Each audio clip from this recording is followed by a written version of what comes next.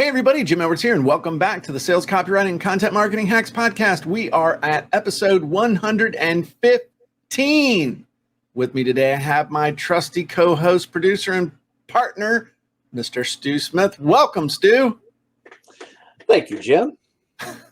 How's it going? Excellent. All right.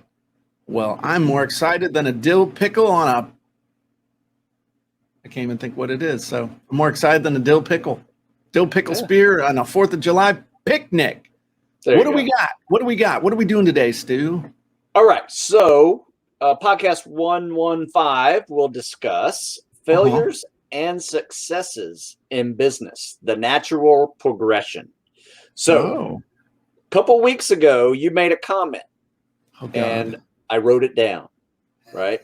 Because that's what you're supposed to do when you hear things that are like, damn, that's good. So you said every failure has been the seeds or something. Every failure carries with it the seed of my an greatest equal triumph. or greater benefit. And in my life, every major failure had the seed of my greatest triumph in it. Yes, you said it. Here's the quote. Every failure has been the seed sown of the greatest triumph. Of my greatest triumph. So anyway, every failure brought on a great triumph. We get it. So we all have a story that we have, heard, whether it's one of your own or it is somebody that you admire, and their will and consistent focus on achievement of a goal after rising up from the ashes. So that's basically where I want to go with this. So it's kind of part motivation, part explanation of the process that is required, to succeed. Right. Yeah.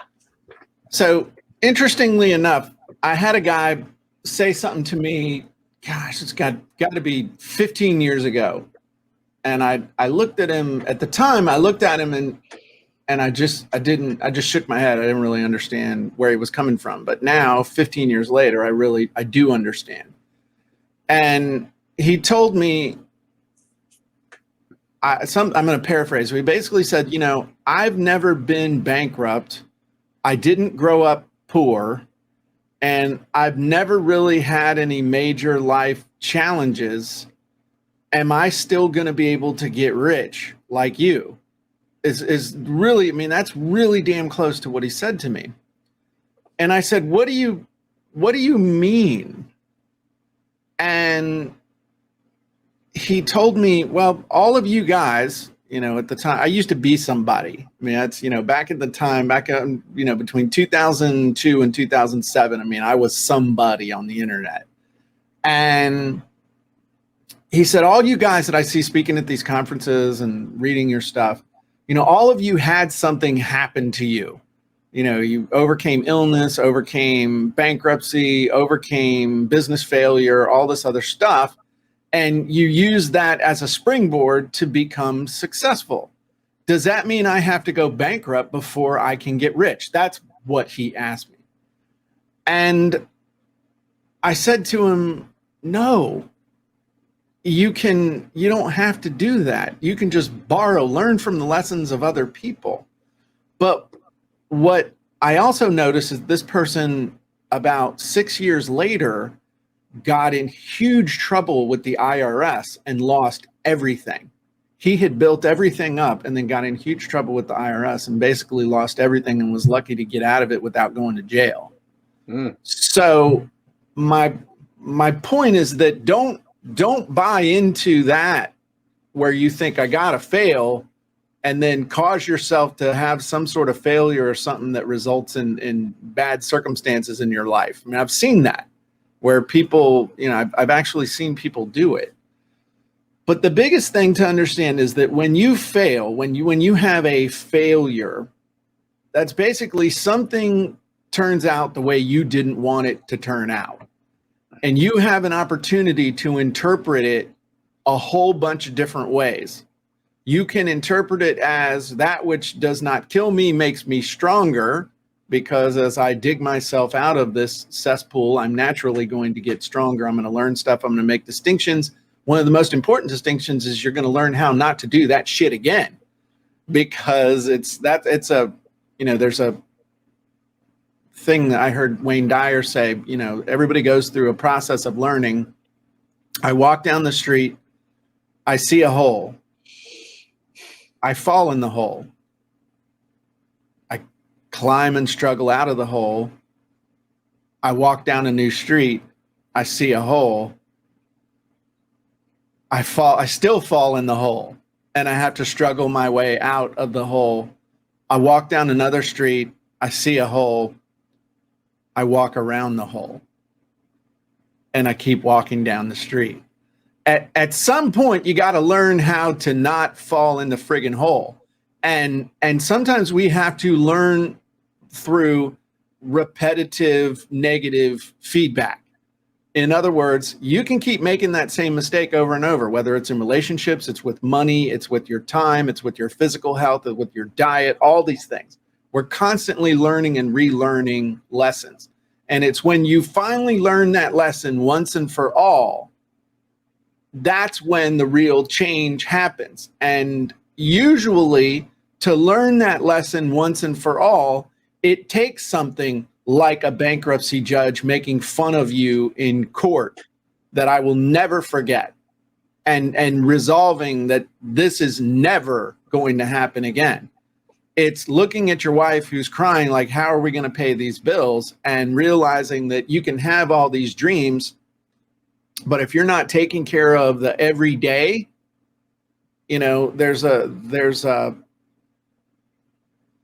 again, I'm paraphrasing badly, but I learned this from a audio program from a Tibetan monk who said, basically, seek enlightenment, carry water and firewood every day. In other words, you can seek enlightenment and all the great things that are going to come and success, but you still got to carry water every day, build a fire, cook the food, make sure everything's being handled in the short term. And so that's a lesson we got to learn too, is that we got to balance the short term, the medium term, and the long term. I got to balance saving for retirement and, planning for the fact that I, hopefully will make it to 95, 100 years old. But on the flip side, I can't live so far in the future, I forget to live today. On the flip side, you live so much in today, you to hell with the future, and then you end up running out of money before you run out of life, which really suck. So there's all these lessons that we got to learn, and the pain of the lesson is what drives home the lesson. I read a whole bunch about the people who are going into the French Foreign Legion, and actually strongly considered in 1991 going and joining the French Foreign Legion. I mean, like I was investigating how to do it, what it took. I was starting to learn about French, all kinds of stuff. And then I realized that and then when I learned that you had to give up your passport, and there was some other stuff, and there were just weird things going on, I said, I never want to be in a position where I might be at war with the US. Or be in a position where I was on the opposite side of an issue, and I gave it up. But one of the things that I learned about their training, it was just totally brutal.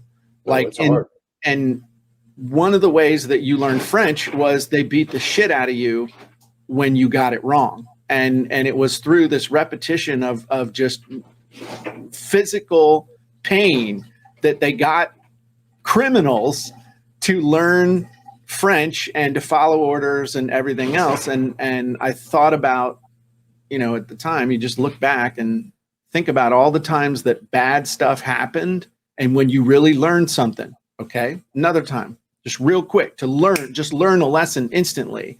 When I was in ROTC in school, in college, I just remember there was this one cadet, the guy who was actually the cadet, commandant, or the head cadet that semester. Battalion commander. Right. Yeah. And we were doing this FTX, and we were supposed to learn the phonetic military alphabet: Alpha, Bravo, Charlie, Delta, Echo, Foxtrot, Golf, Hotel, India, Juliet, Kilo, Lima, Mike, November, Oscar, Papa, Quebec, Romeo, Sierra, Tango, Uniform, Victor, Whiskey, X-Ray, Yankee, Zulu. Nice. So I hadn't learned that. And so we're running around the confidence course and stuff. And I get to this guy's thing. He said, okay, get in the front leaning rest and give me the phonetic military alphabet. And I was like, Alpha, Baker. It's wrong. He kept me in the front. He taught me that alphabet in about 10 minutes. I was the first, I didn't know it, but I was doing death by push-ups. He kept me in that front leaning rest position until I learned it. And then he sought me out the rest of the weekend and made me get in the front leaning rest and do it wherever he found me. And I went from not knowing something to learning something as a result of being put in physical and mental stress in about 5 minutes. And it may not seem like much, but those lessons stick with you as far as the pain, discomfort. And by the way, that's not me urinating or anything. That's the ice machine that I'm in my wife's basement. There's an ice machine right there now, like in a hotel. I don't know why the hell she needs it to fill her cooler. So that's not me having an accident. The point, though, is that the lesson is learned fast when there is physical, mental, intense physical, mental, financial, spiritual stress and pain. That is when the lessons are learned the fastest. True. And I just went off on a whole bunch of random stuff, but it's something that I think about and have thought about a lot. You know, it's not enough to just learn the lesson from your life. It's to understand how and why you learned the lesson so that you can, so that you just understand how you work better. And I know that there are times when I need to go learn a lesson. That's why I signed up for this tough ruck marathon thing. That's why I'll do the go ruck stuff. That's why I'll torture myself through workouts and stuff that Stu gives me. That's why I'll purposely seek out pain to learn or reinforce a lesson and get rid of the bullshit that comes into my life, because sometimes living too easy makes you weak. And when you're weak, you start making mistakes and taking shortcuts. So I'm going to be quiet. I'm interested. I'd love to hear your take on this topic from your life and experience. Well, there's a couple ways you can frame this. And I have been a big proponent of learning from other people's failures first and avoiding them, right? Seeing what they did wrong and making my adjustments to that, right? No matter what that was that they did. Were you an only child? No. Did you have older brothers? I have a younger sibling, younger sister. Yeah. Okay.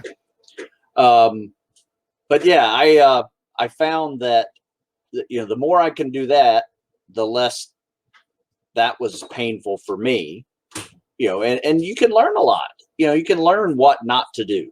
You can learn what to do, you know, things that you want to emulate. But there's also degrees of failure. If you're pretty good, like the guy you mentioned at the beginning, the guy that says, I just don't have any failure, right, to grow from. If you're just good at everything, I guarantee you take up something new, you're not going to be good at it at first, right? So there is a journey of struggle that occurs to get good at things that may not be a particular failure yet. It is a failure if you quit it, but you know, at the same time, if you just keep plugging along, you're going to get better at that. So that's another level of journey through a challenge that you may not have failed miserably in it, but you struggled to just be good, you know, try to go from bad to good at it, whether that is a physical event, it's a copywriting ability, writing ability, you know, whatever that is, you know, your ability to stand up in front of people and speak, you know, you get better at it the more often you do it.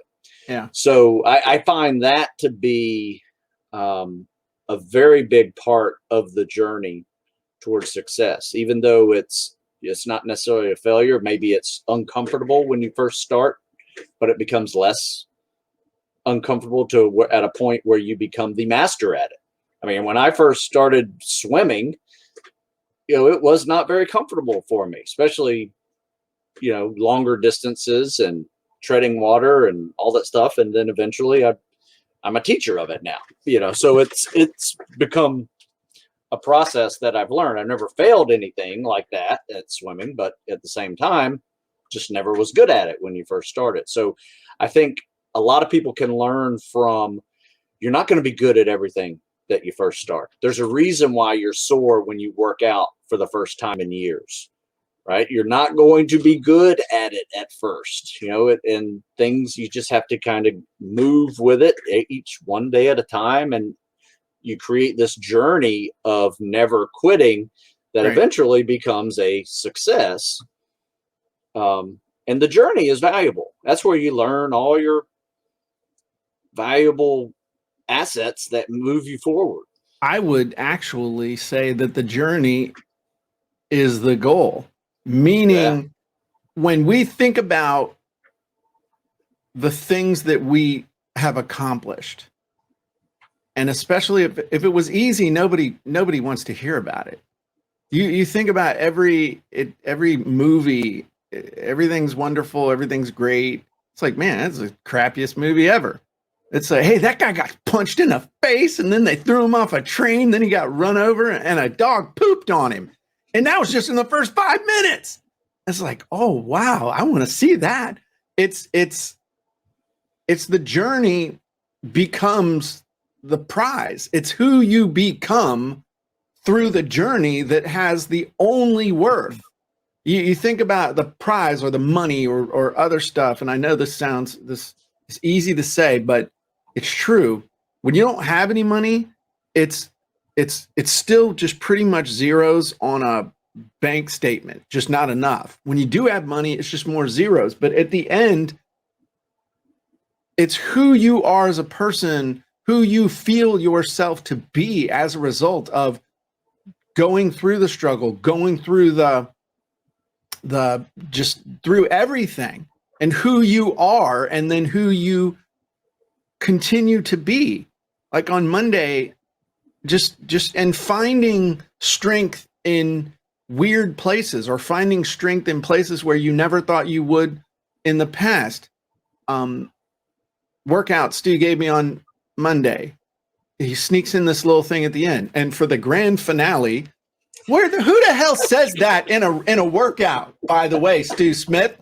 And it's like, and for the grand finale, I'm like, oh shit, I don't even want to read this. And it's like, yeah, just do a 10-to-1 ladder, down, pull, push. And I'm like, for real? And so then I even wrote in the thing, okay, did in the PM. I was going to do this at the end. I was do this later in the day. And then I took the dogs out, and I'm like, crap. How fast do you think I could get this done? I'm already warmed up. I already hurt. Might as well just get it done. I did it in 7 minutes and 34 seconds. I did that. I did that thing. And it was like, crap. So my point is that is more in 7 minutes and 34 seconds than I used to be able to do in an hour-long workout when I was fat and 40. So it's like that. And then at the end, it was like, man, this sucks, but I feel really good because I have something to compare and contrast it to. And that's another thing, is exactly what Stu said, those words of wisdom of do something you're not good at. So it will give you the feeling of humility, the feeling of, hey, my shit does stink somewhere. And so I can compare and contrast and feel good and use it as a springboard in other areas, as opposed to, man, everything's going great. I wonder when, I'm waiting for the other shoe to drop. Something bad's going to happen sooner or later, and it becomes a self-fulfilling prophecy. So by not having your life be perfect, you can compare and contrast and use it to grow. Because if everything's great, you don't grow. If everything's wonderful, you don't grow. And that's important.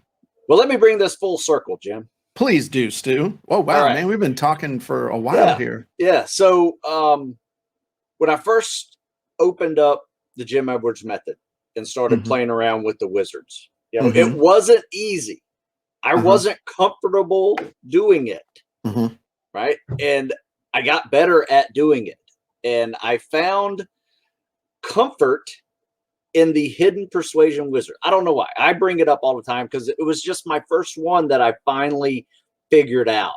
Okay. Right? And it was just the one that I was able to use the sales copy in it in a way that I wasn't necessarily comfortable doing regularly when selling my own products. Because I'd use the hidden persuasion wizard for kind of like a book review of my own product. And it works really well. And that was a growth process that helped me really get better at all the others, and then next thing I know, I'm using the Jim Edwards method wizards to make all kinds of content, and that are really good blog posts that were shared on social media hundreds of times. And, it really hit, those numbers, at the end of the week, where I was like, wow, this is a big difference from just posting up an article and letting people read it. I mean, it had a powerful punch to it, which all I'm saying is that it was uncomfortable going in there trying to figure it out. It was something new. And I was, at least you got to be open up to learn how to use those things and then apply them so much that it becomes just like your second nature. Now you just go into the wizard, fill it out, and, whack the button, and then you figure it out. So, that was just a way I wanted to just kind of bring it back to, getting better at your sales copy. And since this is a sales copy, content marketing, content writing podcast. Oh yeah, it is, isn't it? Yeah. So anyway, it's been kind of one of those growth things for me as well. Sure. Well, the big thing to understand is that the great thing about sales copy, is that it's never right or wrong. It's just good, better, best. And the fact that you're even just trying, you qualify as good. All right. And the old thing of well, if you use the wizards, you can really suck if you're not using the wizards. I'm going to be honest with you. It can really suck, and you're gonna get beaten down. So the great thing is that if you use the wizards, you use funnel scripts, you use Jim Edwards Method Premium, you use traffic secret scripts, Fill My Webinar scripts, you're going to be immediately at good, because you've plugged oh man, we're going to bring this full circle. Just like Stu likes to learn from other people and their mistakes. The great thing about the wizards is it lets you plug your thoughts into what other people have already figured out works. You're able to literally plug into proven frameworks. So then you're at good. And then all you have to do is just test, tweak, edit. That takes you to better. And then best is when you can't make it any better. And then you grow and you move. But the great thing is that sales copy, man, is perfect for what we're talking about here with the quote unquote failure and success and all that. Because if it doesn't work, something that you create in sales copy, if it doesn't work, you can look at it as total failure. You suck. It's time to put on the hairnet and ask, would you like fries with that? And perhaps a hot, fresh apple pie. Or you can say, you know what? That didn't work. Let me try something else. That didn't work. Let me try something else. Hey, that sort of worked. Let me take this and tweak it and mess with it and make it better and better and better. And you literally, again, with sales copy, with every failure is sown the seed of a potential massive success. But it's up to you to feed it, water it, prune it, see if you can make it work. So I think that's a wonderful way to tie this back around into it, Stu. Well done. Thank you, sir. All righty. Well, we enjoyed having you all today. I hope you enjoyed being had. And that's all we got. So make sure, if you're not a member of the Sales Copywriting Content Marketing Hacks podcast, or excuse me, Sales Copywriting Content Marketing Hacks group on Facebook, you should be.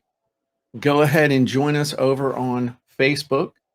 If you would like to have access to my amazing wizards, go check out thejimedwardsmethod.com, or you can check out funnelscripts.com, or you can check out fillmywebinarsecrets.com, or you can go to refocused.com, or you can go to, I mean, we're going ape with these with these scripts. We're doing great. We've got big things are a brewing, Stu. Yeah, my final thing is let's make Stu's job easier by giving us ideas on what to talk about next week. Yeah, like ask questions. Put it in the comments. We'd love to hear them. And Stu actually checks them. Me, not so much. No, I'm just playing. Stu checks for the ideas and stuff. Yep. And they help us. So if you want us to talk about something, let us know. So, Stu, we are going to end with, we do this on the Jim and Steen show and the Monday Madness. We're going to end with a polka today, Stu.